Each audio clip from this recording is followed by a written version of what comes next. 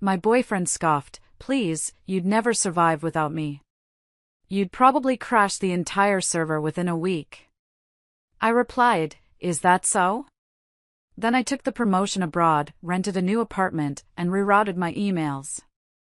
When he showed up at my old place with a grand speech prepared, the new tenant opened the door instead.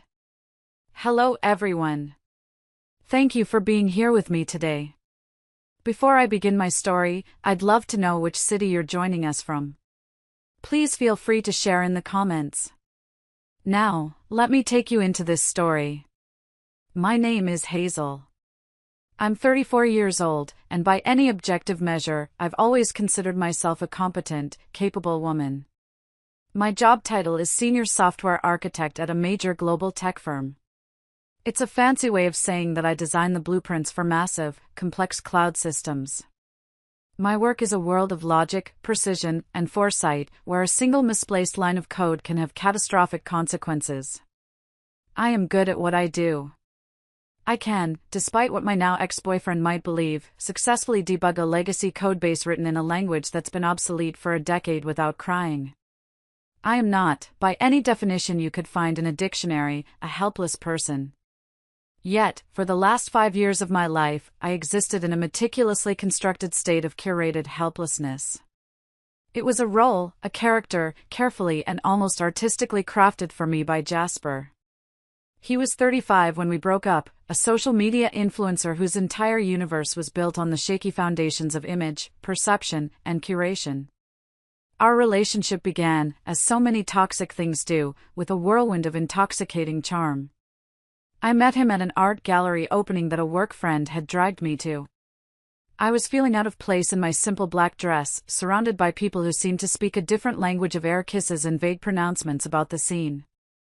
He approached me with a smile that could disarm nations.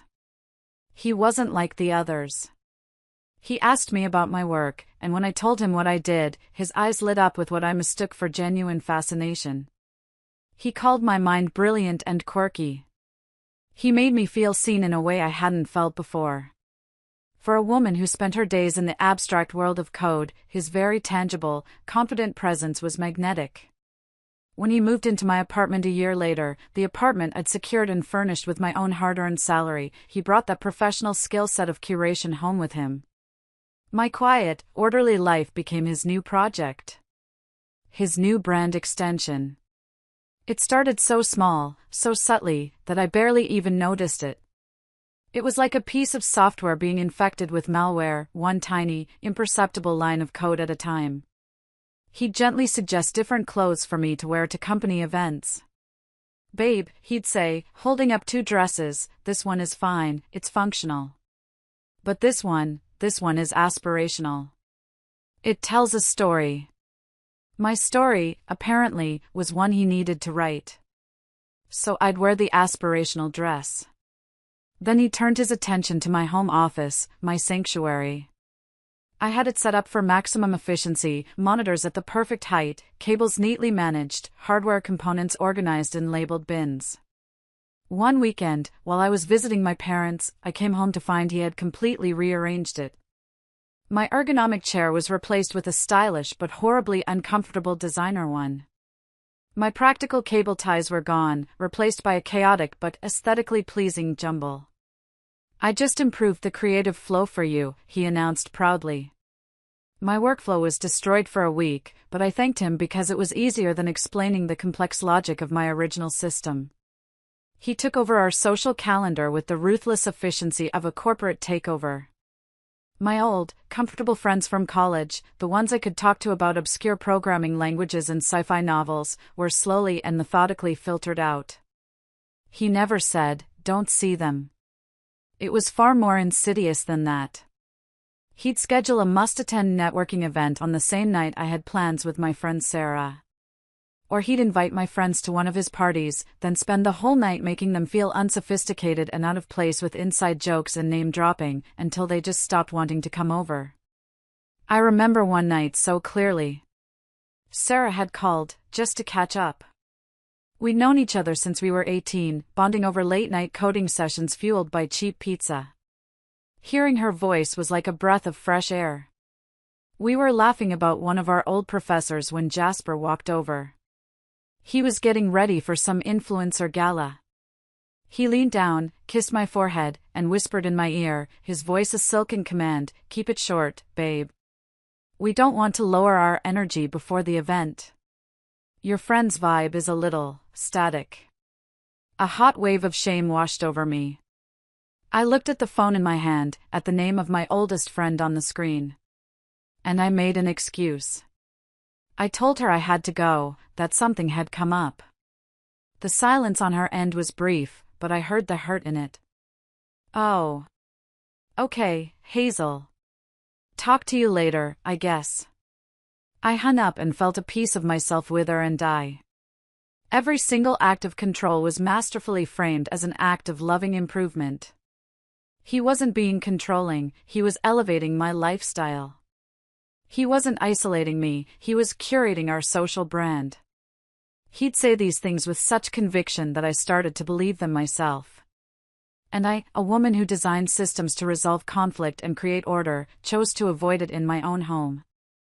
I valued peace in my personal life more than the exhausting, circular arguments I knew I could never truly win. He didn't fight with logic, he fought with emotion. He'd accuse me of being cold, unfeeling, too logical, until I was the one apologizing, just to make the emotional storm pass. I was the textbook definition of the frog in boiling water. He turned up the heat so gradually, so masterfully, that I had convinced myself the suffocating warmth was comfort. I'd spend my days at work leading a team of brilliant engineers, making high-stakes decisions that impacted our company's salary commitments and bottom line. I was respected, I was authoritative. But the moment I walked through the door of my own home, I'd hand over that authority. I'd become the woman who supposedly couldn't be trusted to choose the right brand of olive oil because it didn't fit the narrative of our kitchen. The power imbalance was staggering, but I willfully ignored it. He was a master of public perception, and that extended to our private life with a chilling hypocrisy. He would openly, shamelessly flirt with other women, both online and in person. He'd slide into the DMs of models and aspiring actresses half his age, and when I'd summon the courage to mention it, he'd laugh it off with that disarming smile. "It's just networking, Hazel. It's my job. You're in a very old-fashioned industry, you don't understand how branding works in 2025. Then he'd deliver the final, crushing blow. "Honestly, you should be grateful I still come home to you. A lot of guys would be bored to tears by a woman who'd rather talk about Python scripts than parties in the Hollywood Hills." He would say it as if he were paying me a compliment on my loyalty. He treated me like a dependable, comfortable piece of furniture.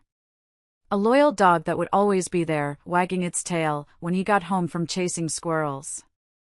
I was a convenient, high-earning doormat. And the worst part, the part that still fills me with a cold shame when I think about it, is that for a long, long time, I let him. I believed that his watered-down, curated affection was all I deserved. My one true private passion, the one thing I kept sacred and just for myself, was designing and building custom mechanical keyboards.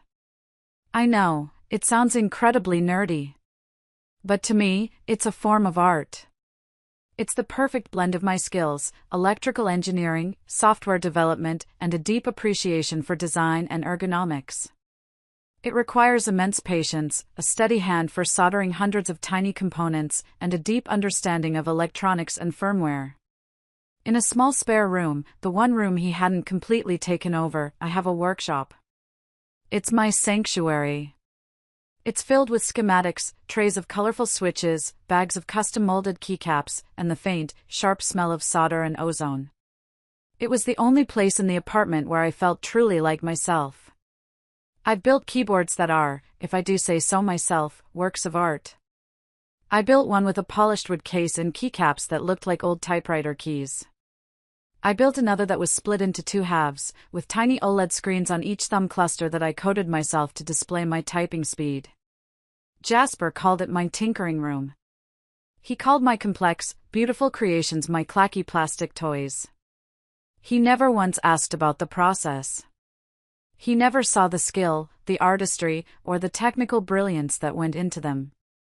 All he saw was a childish, messy habit that clashed with the sleek, minimalist, high-powered image he was trying to project for our brand. One afternoon, I was hunched over my workbench, completely lost in a state of flow. I was working on a new design, soldering hair-thin wires to a microcontroller. It was delicate work. The house was quiet. For a few blissful hours, I'd forgotten about everything else. The front door opened and closed. A few minutes later, Jasper appeared at the doorway of my workshop. He wasn't looking at me, he was looking at his phone, a frown on his face. "Hey, babe," he said, his voice laced with annoyance. "My engagement on that last post is tanking. I think the algorithm is penalizing me." He walked in, stepping over a box of components.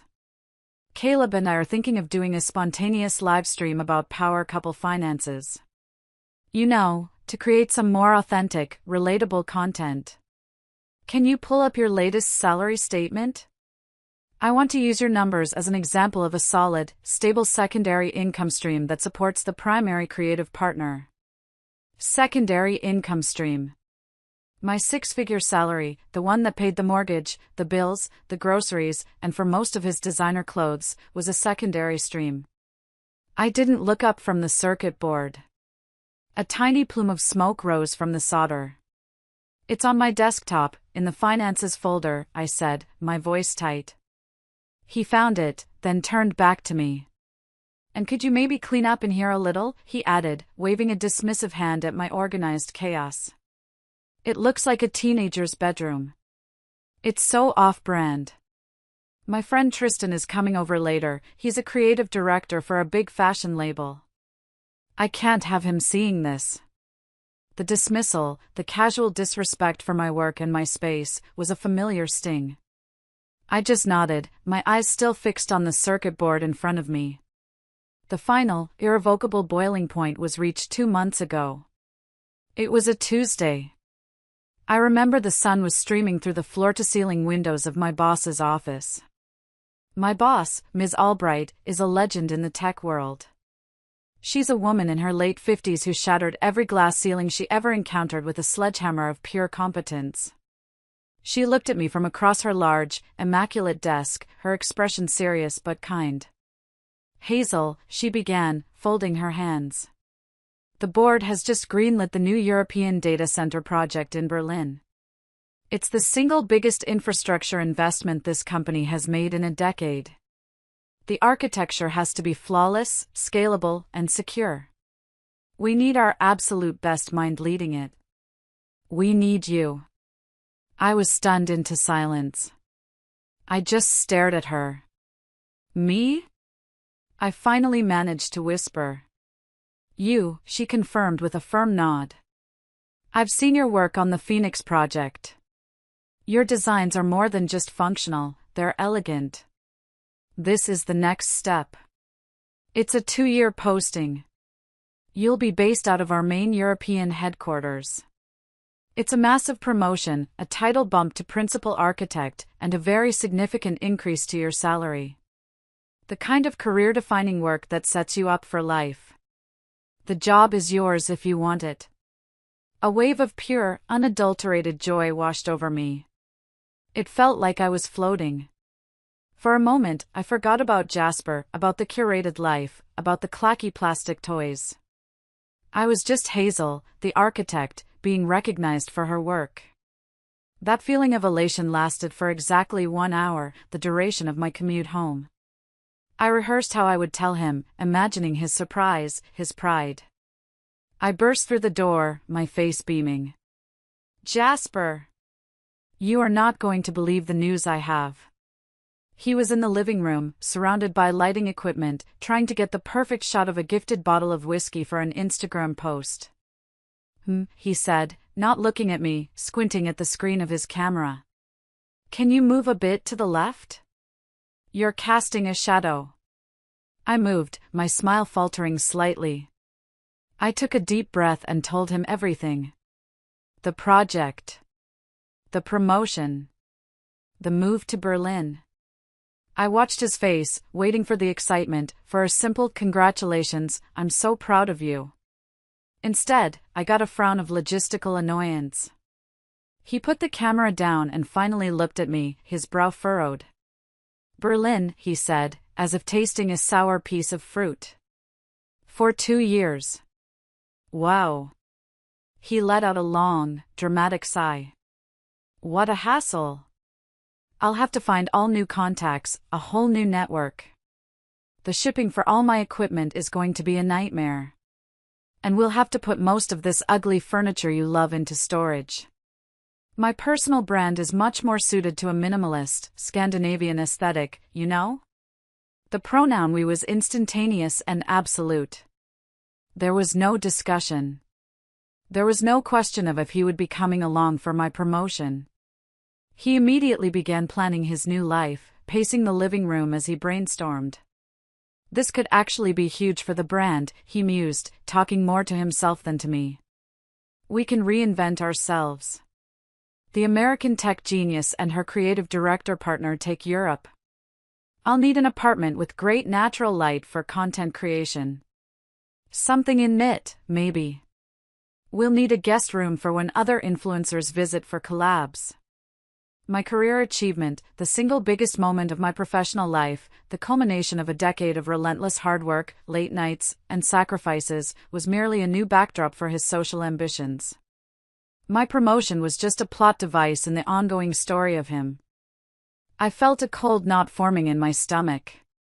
I had to try, one last time, to claim a piece of this for myself. I was thinking, I started, my voice barely more than a whisper, that maybe I would go alone for the first couple of months. You know, just to settle into the new role, find my footing, get the project off the ground. He stopped pacing and turned to look at me. His face was a perfect mask of utter disbelief. And then he let out a sound that would become the catalyst for everything that followed. It was a short, sharp, barking laugh. A sound of pure, unadulterated dismissal. A sound I had heard 1,000 times before, directed at my clothes, my friends, my hobbies. But this time, it was directed at the very core of who I was. Go alone? He scoffed, his voice dripping with a thick, condescending pity that made my skin crawl.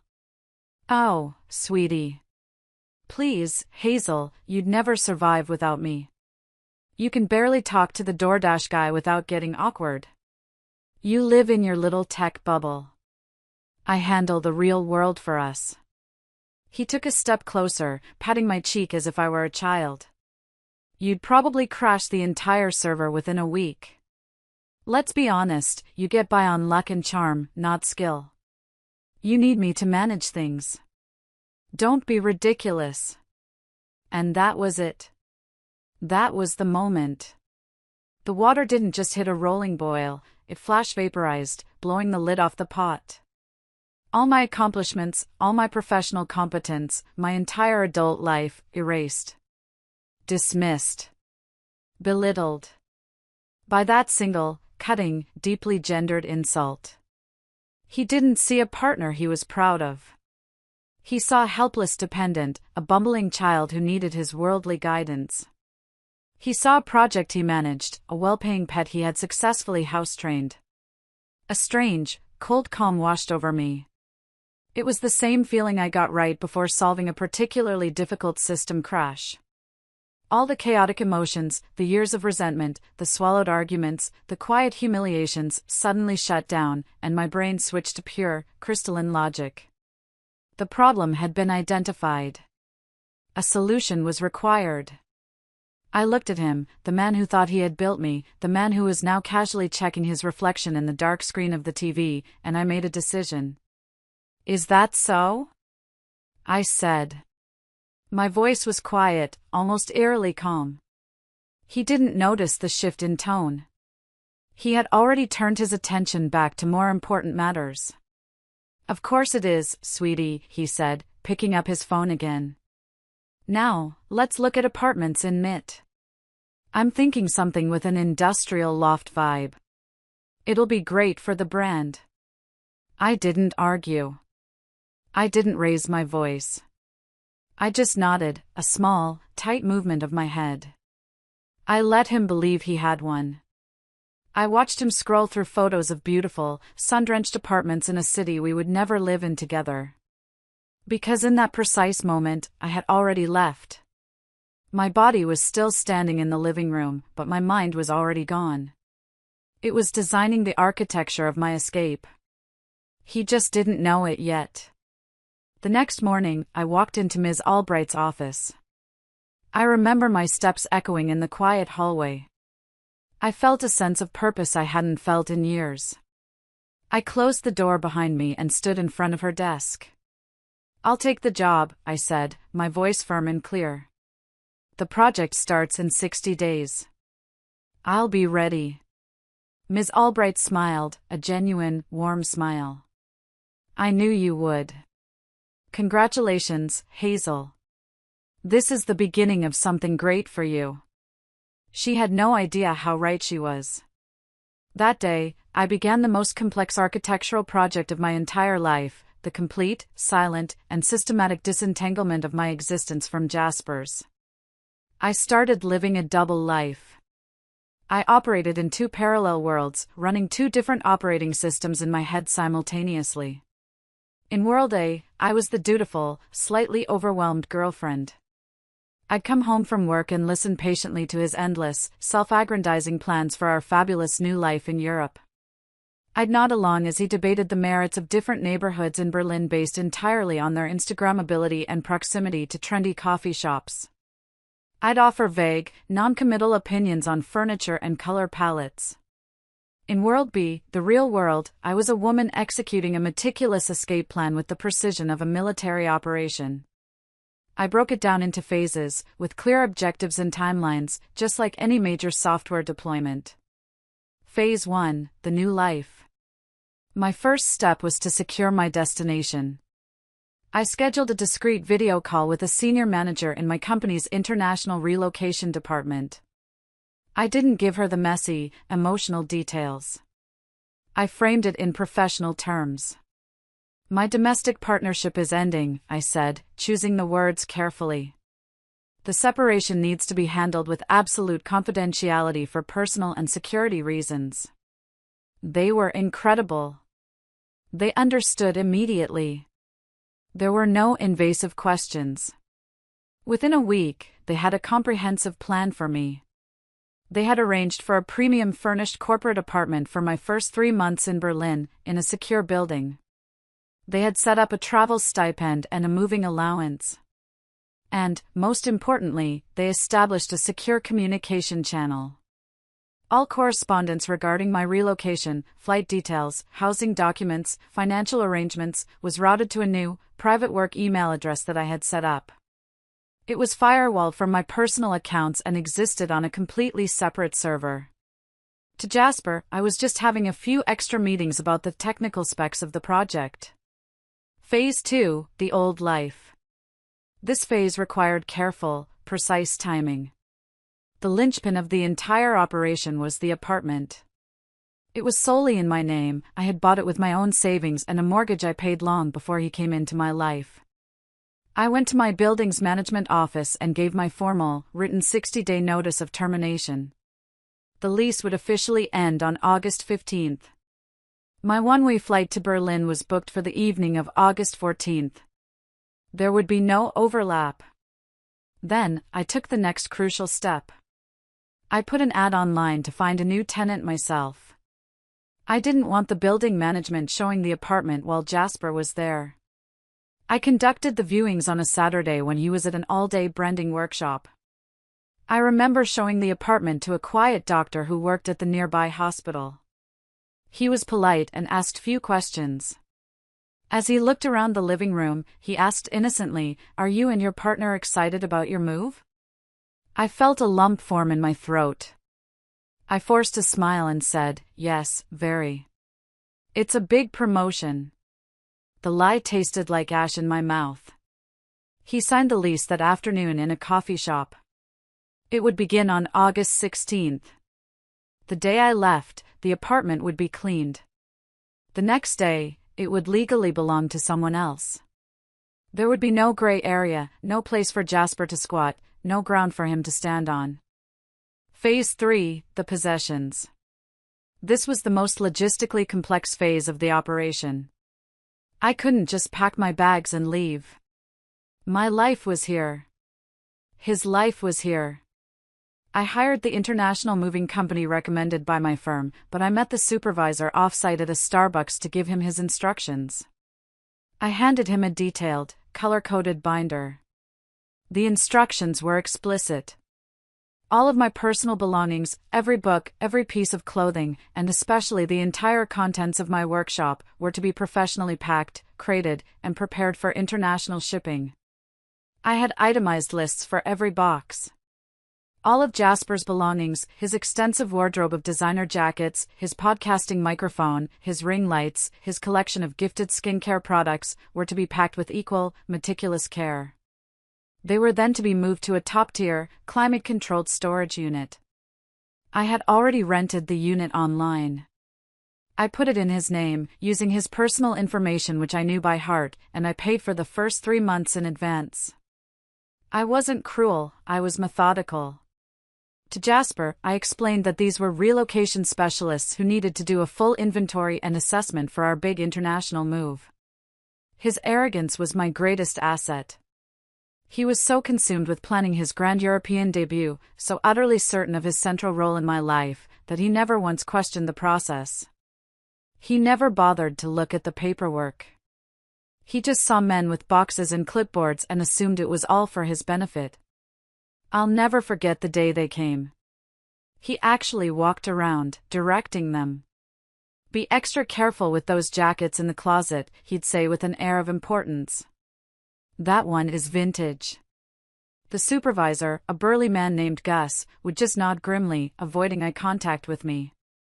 At one point, Jasper was busy taking a selfie in the hallway. Gus caught my eye over Jasper's shoulder and gave me a tiny, almost imperceptible nod. I nodded back. We were co-conspirators in my liberation. Phase 4, the digital trail. This was the final, silent cleansing. I filed a mail redirection form with the post office, rerouting all my mail, bank statements, personal letters, everything, to a new, secure P.O. box. I bought a new, cheap burner phone and a new SIM card. I arranged for the new number to be activated the moment my plane was scheduled to leave the ground. Then, one long, quiet evening while Jasper was out at another networking dinner, I performed the digital exorcism. I sat at my computer with a spreadsheet I had prepared. I systematically went through every single shared account we had: Netflix, Amazon Prime, Hulu, our shared grocery delivery service. I changed the password on my accounts and removed his access. I untagged myself from years of photos on his social media. It took hours. With every password changed, with every digital tie severed, I felt lighter. The final weeks were the most surreal period of my life. I felt like a spy, a double agent in my own home. I would come home from a long day of intense technical meetings and project planning to find Jasper excitedly showing me pictures of Parisian cafes he wanted to visit on a weekend trip from Berlin. "Won't this be an amazing backdrop for a post about creative inspiration?" he'd ask. I'd just smile and nod, while in my head, I was calculating the final insurance valuation for my international shipping container. The most therapeutic part, the part that kept me sane through all the deception, was packing my workshop myself. I didn't trust anyone else with my creations. For a week of evenings, I meticulously wrapped each of my keyboards in bubble wrap and custom-cut foam. I labeled every box of components, every tool. These weren't just objects, they were pieces of me. They were the tangible proof of my skill, my patience, my creativity, everything he had dismissed. My clacky plastic toys were my ticket out. One evening, he poked his head into my workshop. I was carefully labeling a box of rare, vintage keyboard switches I had sourced from Japan. He saw the boxes stacked against the wall. "Wow, you're really getting serious about packing up your little toys, huh?" he said with a chuckle. "That's good. I need your help with the color palette for the new living room. I'm thinking something between moody charcoal and sophisticated granite. I didn't even look up from my box. "Just securing my dusty old papers," I replied, my voice perfectly neutral. The day of my flight, August 14th, finally arrived. It was a hot, hazy summer day. The movers had come and gone a few days prior.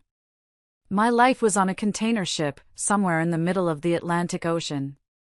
His life was in a secure, anonymous storage unit in an industrial park by the highway.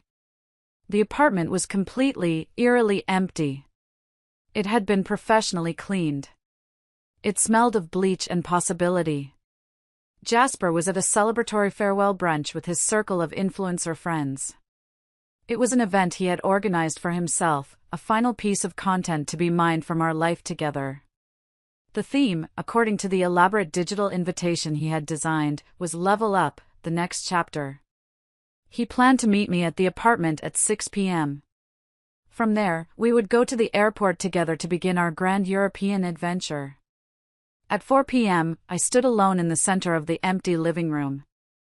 The afternoon sun streamed through the windows, illuminating dust motes dancing in the air. The silence was immense, a physical presence. I took out my phone and found the email receipt from the storage company. It had the facility's address, the unit number, and the gate access code. I had already left the physical key and the access card in a sealed envelope under his full legal name at the front office of the facility. I took a clear, high-resolution photo of the receipt, making sure every detail was legible. I attached the picture to a text message addressed to him. I wrote no words. No explanation. No goodbye. Just the image. I pressed send. Then I put my old phone in my bag. I took one last look around the empty space that had been my home, then walked out the door for the last time. I didn't lock it. It wasn't mine to lock anymore. At the airport, after I had checked my single suitcase, I found an electronics recycling bin near the food court. I took out my old phone, my old life, and I dropped it inside. It made a hollow, unsatisfying clatter. I took my seat on the plane, by the window. I pulled out my new, cheap, anonymous phone and turned it on. As the plane taxied down the runway, as the engines roared to life and we lifted into the sky, I looked out the window. The city lights spread out below me like a discarded handful of jewels. My old life wasn't just falling away, I was actively flying away from it. I didn't feel anger. I didn't feel sadness. I just felt the quiet, powerful, and relentless hum of a massive engine lifting me into the future. I felt free. It's been 3 weeks since I landed in Berlin. My new city is a beautiful, chaotic symphony of history and modernity. Graffiti-covered remnants of the wall stand next to gleaming glass towers. It feels like a city that understands reinvention. My corporate apartment is sleek, modern, and blessedly, wonderfully quiet. For the first few days, the silence was so profound it was almost loud. I had grown accustomed to the constant background noise of his phone calls, his music, the sound of him filming content in the other room. The job is even more challenging and rewarding than I had dared to hope. I spend my days in intense, collaborative sessions with a team of brilliant engineers from all over the world. They respect my mind, they challenge my ideas, and they value my contributions. I come home exhausted, but it's a good kind of tired. It's the satisfying ache of a brain well used. The freedom is intoxicating, but I'll be honest with you, it's also daunting. The first week was the hardest. I'd wake up in the middle of the night with a jolt of pure panic, my heart pounding, convinced that I'd missed a crucial step in my plan. I had a recurring nightmare that Jasper would somehow find my address, walk through the door with his charming smile, and start explaining how he could improve the creative flow of my new life. I kept finding myself falling into old habits. I'd be in the grocery store and hesitate before putting a certain brand of coffee in my cart, hearing his voice in my head calling it pedestrian. One morning, I spent a full 10 minutes standing in front of my closet, agonizing over what to wear, trying to choose something aspirational. Then I just started laughing, a raw, slightly unhinged sound in the quiet apartment. It was absurd. I could wear whatever I wanted. I could drink whatever coffee I wanted. I could be whoever I wanted. I was deprogramming myself, one small decision at a time.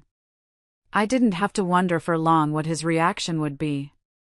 After exactly 48 hours of silence, the time it would have taken for his self-congratulatory brunch to end, for him to get tired of waiting at the empty apartment, and for his confusion to curdle into white-hot fury, my old, secondary email account became a digital war zone.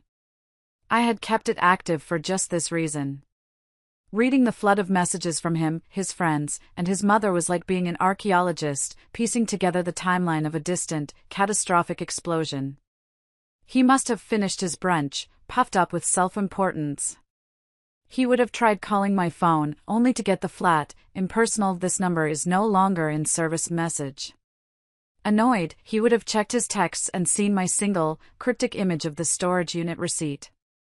Confused and irritated, he would have gone to the apartment at 6 p.m. as planned, probably with a lecture prepared about my irresponsibility, ready to sweep his helpless, scattered girlfriend away on their grand adventure. And the new tenant, the quiet doctor just getting off a long hospital shift, would have opened the door. I can picture it so vividly it's like a movie playing in my head. I can see the look on Jasper's face. The charming, camera-ready smile faltering, replaced by confusion, then a flicker of indignation. I can picture him trying to push past the doctor, saying something arrogant like, "Excuse me, I think you're in my apartment." And then the slow, dawning horror, the complete collapse of his reality, as the doctor calmly explained that he'd signed a lease a month ago, a lease that started the day after Ms. Hazel Carter's had ended. The world Jasper had so carefully curated, the entire brand he had built on the foundation of my stability and my income, dissolving into dust on a stranger's doorstep. His first email was a masterpiece of pure, sputtering rage. It was all in caps, filled with typos and exclamation points. He demanded to know where I was, what I had done with his things, and how I dared to humiliate him like this. The messages that followed over the next few days were a chaotic, desperate spiral. There were threats to ruin my reputation, to tell everyone in my industry that I was mentally unstable. Then there were pleas, long, rambling emails about the good times, conveniently forgetting that most of those good times were bankrolled by me. And finally, there were the accusations. I was a sociopath, a narcissist, a cold-hearted monster. Then, as I had predicted, came the emails from his proxies, the flying monkeys sent to do his bidding. His best friend, Caleb, took on the role of the enforcer. His email was dripping with a kind of righteous, second-hand anger. He called me every name in the book, ending with, "He gave you everything, a life you could only dream of, and you threw it away like it was trash.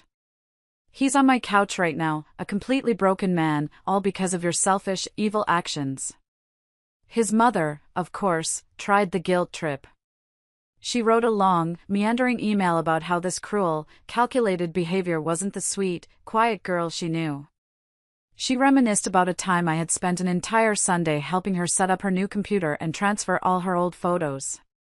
"How could a person so patient and helpful be so heartless to my son?" she wrote. She conveniently ignored the fact that her son hadn't lifted a finger to help her. But the real escalation, the dirty, desperate trick that I had, on some level, been preparing myself for, came not through my personal email, but through my new corporate life here in Berlin.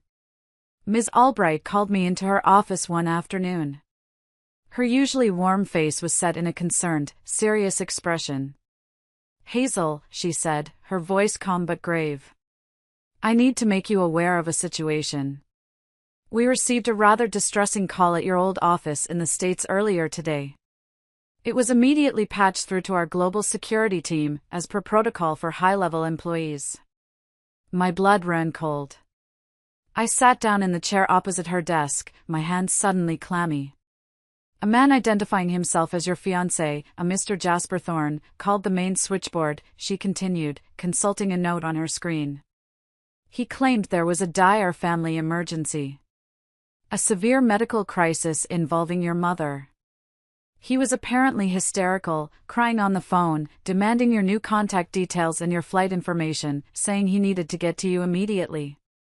I felt the floor drop out from under me. My mother. She was in perfect health. She lived a quiet life in Arizona, spending her days gardening and playing with her dog. The thought of her, of anyone, getting a panicked, official-looking call because of his vile, selfish lies made me physically sick. Thankfully, Ms. Albright continued, her voice hardening slightly. Our staff followed protocol to the letter. Given the confidential nature of your relocation request, they immediately flagged the call as suspicious. They refused to provide any information whatsoever. They informed Mr. Thorne that in the event of a genuine, verified emergency, the appropriate authorities would be contacted to relay the message directly to you through our channels. He became agitated and then abruptly hung up. I just sat there, staring at her, the sheer, calculated cruelty of his actions washing over me. He would use my own mother's health as a pawn. He would do anything. I took a deep breath and explained the entire situation to her. The controlling relationship, the condescending insults, my decision to make a clean, sharp break. I told her everything. She listened patiently, her expression shifting from concern to a kind of steely anger on my behalf. She was professional, supportive, and incredibly reassuring. The company's security team was already monitoring the situation. But the incident served as a stark, terrifying reminder of how far he was willing to go, how easily he could twist reality and manipulate emotions to try and regain a foothold of control in my life. He didn't care about my mother. He only cared about finding me. A few days after that, a call came through on my new work phone. It was a German number I didn't recognize, but I knew, with a sinking certainty, who it would be connected to. I knew I couldn't avoid it forever. I knew I had to face the fallout head-on. I let it ring 3 times, took a deep, steadying breath, and answered. Hello? Hazel. It was Caleb. And his voice was as sharp and cold as broken glass. You need to fix this, Hazel. Now. Caleb's voice was completely devoid of any of the usual laid-back charm he exuded in Jasper's social media posts. This was not the fun-loving sidekick. This was the cold, hard enforcer. Jasper is a wreck. He's on my couch, he's not eating, he's not working. His life is ruined because of you. He can't even get to his favorite clothes because you hid them somewhere. I took a deep, steadying breath, picturing the quiet, orderly server rooms I designed. I needed that kind of cool, dispassionate logic now. Hello, Caleb, I said, my voice deliberately calm and even. There is nothing to fix. Jasper's life and his emotional state are his own responsibility. He was a guest in my apartment, which I no longer lease. It's as simple as that. A guest? He scoffed, and I could hear the outrage crackle down the line. You lived together for 3 years. He was your partner. He loved you. He was my boyfriend, I corrected him, keeping my voice level. That is a very different legal and financial distinction, as I'm sure you're aware. And his things are not hidden. They are safe, secure, and insured in a climate-controlled storage unit. He has had the address and the access information for weeks. There was a brief pause. I could hear him breathing on the other end. He can't just get his things, Caleb snapped back, his voice rising in frustration. He went there. They told him he needs ID to be on the access list and you didn't put his name on it, you psycho. What was he supposed to do? That was a mistake. A genuine, infuriating oversight in my otherwise flawless plan. My stomach twisted with a brief flash of panic, but I stamped it down. I would not give him the satisfaction of hearing me flustered. An honest oversight in a complicated process, I said coolly. That was my mistake. However, it's a mistake that has already been rectified. I emailed the facilities management company yesterday with a notarized digital authorization to grant him full and unrestricted access. It's been handled. Handled? He practically spat the word through the phone. You detonate a bomb in the middle of his life and you think a single email handles it? He gave up everything for you. He was building a life with you. This was the line. This was the moment where the dam of my carefully constructed calm finally broke. Not with a flood of anger, but with a tidal wave of weary, ice-cold clarity. What did he give up? Caleb? I asked, my voice dangerously quiet. Tell me, specifically. I would love to know. He didn't have a career to sacrifice, he used my life as his content. He didn't contribute to the mortgage or the bills. He kept his car, which was in his name. He kept his friends. The only thing he lost was free access to my apartment and my income. So let's be very honest with each other about what this is really about. The silence on the other end of the line was deafening. It was the sound of a bully's narrative collapsing under the weight of a single, simple truth. He had no answer because I was right. It's about you being a cruel, manipulative, cold-hearted coward, he finally settled on, his voice low and venomous. Let me rephrase that for you, I countered, the logic flowing easily now, a shield against his insults. Is it manipulative to accept a career-defining promotion? Is it cruel to leave a relationship where I was told, to my face, that I was an incompetent child who would be living in a gutter without my boyfriend's brilliant guidance? He made his opinion of my capabilities perfectly clear. I simply chose, for the first time, to believe him and act accordingly. I removed myself from his life so he would no longer have to carry the heavy, exhausting burden of managing me anymore. In a way, I did him a favor. I paused, letting that sink in, twisting the knife of his own logic. Then, I delivered the final, decisive blow. And speaking of manipulation, Caleb, please do me a favor and tell Jasper that my employer, a multi-billion-dollar tech corporation with a rather formidable legal team, was not amused by his fraudulent phone call about a fake family emergency. They have it documented. They have the recording. Any further attempts by him, or by you, to contact me, my family, or my colleagues will be referred directly to our corporate legal department as a case of international harassment. There was a stunned, absolute silence. I could almost hear the gears grinding in his head as he processed this new, devastating piece of information. Jasper, in his self-pitying narrative, had almost certainly left out the part where he committed a potentially criminal act of harassment against my employer. This isn't over, Hazel, he finally said, but the threat was hollow, a deflated balloon. The power, the control, the narrative, it had all shifted, and he knew it. For me, it is, I replied, and my voice was steady and strong. I am building a new life here. One that I am perfectly capable of managing all on my own. I hung up. I didn't slam the phone down in a dramatic gesture. I just pressed the red icon on the screen and the line went dead. My hand was shaking, but a wave of profound, cleansing relief washed over me. I had faced the dragon's messenger. I hadn't flinched. And I had won. A few days after that phone call, a formal-looking, password-protected PDF was forwarded to me from my company's legal team in Berlin. It was a letter from a high-priced law firm back in the States. It was on behalf of their client, Mr. Jasper Thorne. The war was moving to a new, more official front.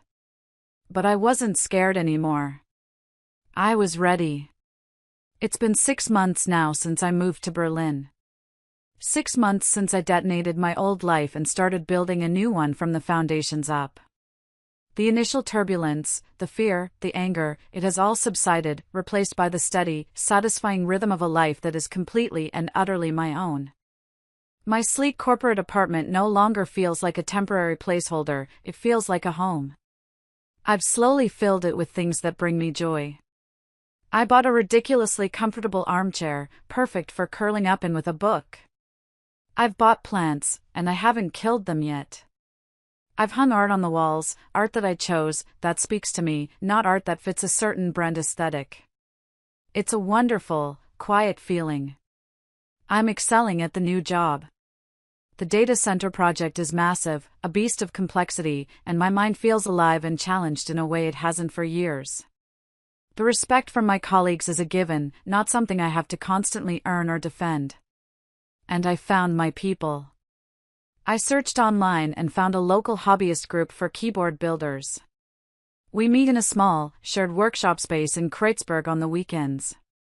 It's a wonderfully nerdy group of engineers, designers, and artists. We share designs, trade rare components, and help each other troubleshoot firmware bugs. For the first time, I have people to share my clacky plastic toys with, people who see the intricate, clean soldering work on my circuit boards and whistle in genuine appreciation. People who understand the skill involved. It's a kind of belonging I didn't even realize I was missing. But before I could truly settle into this new piece, there was one final, ugly chapter to close. The legal battle. Jasper's lawyer's initial letter was a work of pure, unadulterated fiction. It was so outlandish, so disconnected from reality, that I almost laughed out loud when I first read it in my lawyer's office. He was demanding a 5-figure sum for emotional distress and wrongful abandonment. He was demanding ongoing palimony, a form of financial support for unmarried partners, claiming that he had made significant, non-existent career sacrifices to support my demanding job. He actually claimed that he had acted as my unpaid manager and brand consultant, and was therefore entitled to a retroactive percentage of my salary from the past 3 years. But the most ludicrous demand, the one that was so breathtakingly hypocritical it ascended to a new level of art form, was for half the value of my personal assets. The letter specifically named my collection of custom mechanical keyboards. They were described in pompous legal jargon as valuable, co-owned art pieces that he had provided significant creative consultation and inspiration for. The sheer, unmitigated nerve of it. To try and cash in on the very passion he had relentlessly mocked and belittled. He saw my hobby, my sanctuary, as worthless childish junk until the moment he thought he could assign a dollar value to it and claim it as his own. It was the ultimate distillation of his character. I never responded directly. I didn't have to. My company's legal department, as part of the comprehensive support included in my relocation and promotion package, took over completely. Their response was not a letter, it was a surgical strike. It was a masterclass in calm, corporate obliteration. They didn't use angry, emotional words, they used cold, hard, verifiable facts. They broke down his entire fantasy, point by painful point. On legal status, they began by politely pointing out that we were not married. We had no joint assets. We had no shared bank accounts. We had no legal partnership of any kind. Therefore, his claims for palimony and asset division had absolutely no basis in law. On the apartment, they produced a copy of the original lease agreement, solely in my name, and the legal notice of termination I had filed in accordance with all local regulations. He was, in the cold, clear eyes of the law, a long-term guest with no tenant rights whatsoever. On his possessions, they provided the signed contract for the climate-controlled storage unit, proving my due care and diligence in preserving his property. They also included the receipts showing that I had paid for the first 3 months of storage fees out of my own pocket, an act of goodwill he was now trying to exploit. On the abandonment and career sacrifice claim, they countered this fantasy with cold, hard documentation. My signed promotion acceptance letter. The official relocation package from HR. All of it dated weeks before my departure. This proved, beyond any doubt, that my move was a planned, professional step in my career, not a whimsical act of personal abandonment. They also subtly noted that his claims of career sacrifice were not substantiated by any evidence of him having a stable career to sacrifice in the first place. And then, after systematically dismantling his entire case, they moved from defense to offense. The final section of the letter was titled Counterclaim Considerations. It was a formal complaint regarding Mr. Thorne's actions. They included a professionally logged timeline of the harassing emails sent by him and Caleb. And, most damningly, they included a detailed, time-stamped report from the corporate security team about his fraudulent phone call to my former office, in which he misrepresented himself and faked a family medical emergency in an attempt to illicitly obtain my private information. The letter concluded with a sentence that was as polite as it was bone-chilling. It stated that any further legal action from him would be considered vexatious litigation and an act of continued harassment. Furthermore, it stated that should he persist, the company would not hesitate to fully support me in filing a formal, international complaint for harassment, providing their own security logs, recordings, and employee testimony as evidence. The response from his high-priced lawyer was immediate and absolute silence. A week later, my legal team received a terse, one-sentence email stating that their client, Mr. Thorne, was withdrawing all claims. Faced with the unblinking, bureaucratic power of a multi-billion-dollar corporation and the very real, documented threat of a harassment charge that could do irreparable damage to his precious online brand, his bluff had been called. He folded instantly. And so, the Great War was officially over. The legal documents were filed away. The threats stopped. But there's always an aftermath, isn't there? The dust has to settle. If you've been listening this far, if my story has resonated with you in any way, I'd like to ask you for a small favor. It would mean the world to me. Please help me out by liking this video and just commenting the number 1 down below in the comments section. It's a simple thing, but it lets me know that you're still here, that you're listening, and that I'm not just talking out into the void. It tells me that we're in this together, that you're on this journey with me. Your support is a huge encouragement, more than you know. So please, just comment the number 1 so I can see you. And now, let me tell you how it all finally ended. I heard about what happened next in bits and pieces, through my sister, Maya. We have a video call every Sunday. She's my lifeline to the world back home. She has a friend from work who is dating Caleb's cousin, so the information was a little bit like a game of telephone, but it painted a very clear, and rather pathetic, picture. First, as predicted, Jasper had to pay his lawyer for his time. Launching a frivolous, multi-pronged international legal claim isn't cheap. That 5-figure sum he had so arrogantly demanded from me likely ended up being a 5-figure bill for him. Maya heard he had to sell his sports car, the one he was always featuring in his posts, to cover the cost. Then, the 3 months of storage fees that I had prepaid ran out. The expensive monthly fee for the top-tier, climate-controlled unit became his responsibility. According to Maya's source, he tried to get Caleb to split the cost with him, arguing that Caleb was his best friend and should support him in his time of crisis. This apparently led to a massive, friendship-ending fight.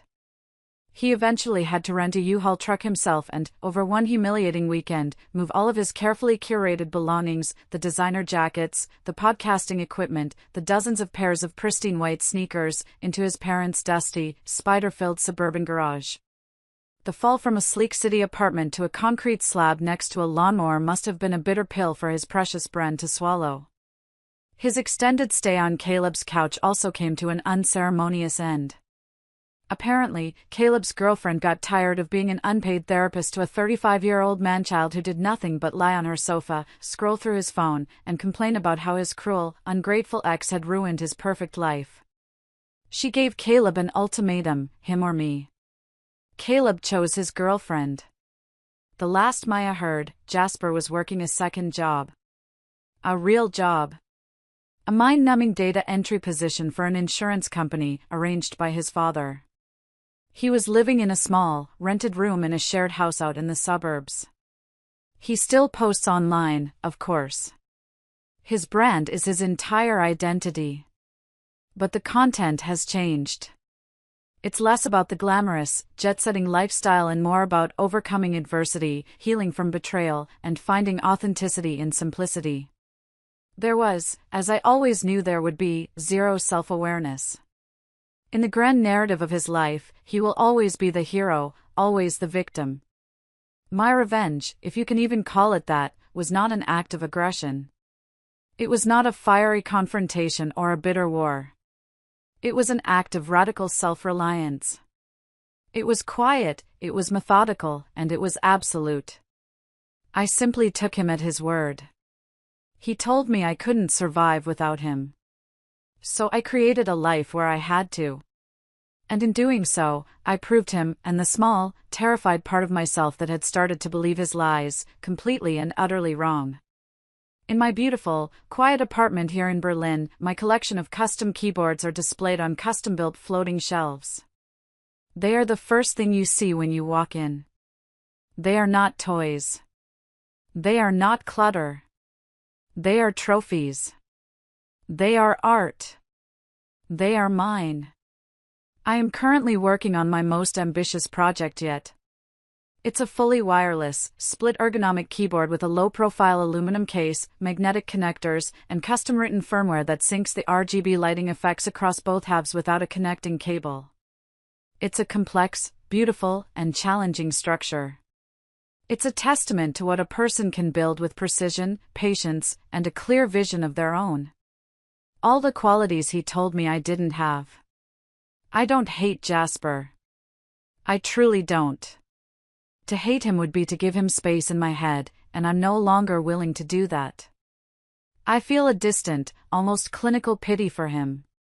He is a man trapped in an image he built, a brand with no foundation. He thought his greatest skill was managing me, his greatest project. In truth, his greatest, most catastrophic failure was his complete inability to manage himself. By leaving, I didn't just take away his comfortable lifestyle, I took away his project. I took away the person whose success he could leech off of to validate his own fragile, hollow ego. And in doing so, I gave myself back to myself. I survived. But more than that, I am thriving. I am building something better, something stronger, and something that is entirely, gloriously, my own. Thank you so much for listening to my whole story. It means more than you can imagine. If you've been through something similar, or if any part of this resonated with you, please share your thoughts in the comments below. I promise you, I read them all. And please, if you haven't already, don't forget to like this video and subscribe for more stories. It truly does help me continue to do this. Be well, be strong, and never let anyone tell you that you can't survive on your own. And so, this story leaves us with a profound reminder: true strength lies not in seeking validation from others, but in recognizing and reclaiming our own worth. Hazel's journey teaches us that no matter how deeply we may feel trapped or diminished, there is always a way to rise, to rebuild, and to rediscover the power within ourselves. It's not about revenge or proving someone else wrong, it's about proving to yourself that you are enough, that you are capable, and that you deserve a life filled with respect, love, and authenticity. Life will inevitably present challenges, and people may try to shape your narrative to fit their needs. But as Hazel demonstrated, the key to freedom is courage, the courage to walk away from what no longer serves you, to trust your instincts, and to take bold steps toward a future you designed for yourself. Each of us has the ability to rewrite our story, no matter how long we've been living in someone else's version of it. What did this story mean to you? Have you ever faced a moment where you had to choose yourself? Share your thoughts below, or simply comment good if this reflection resonated with you. Let's inspire and support each other to keep moving forward.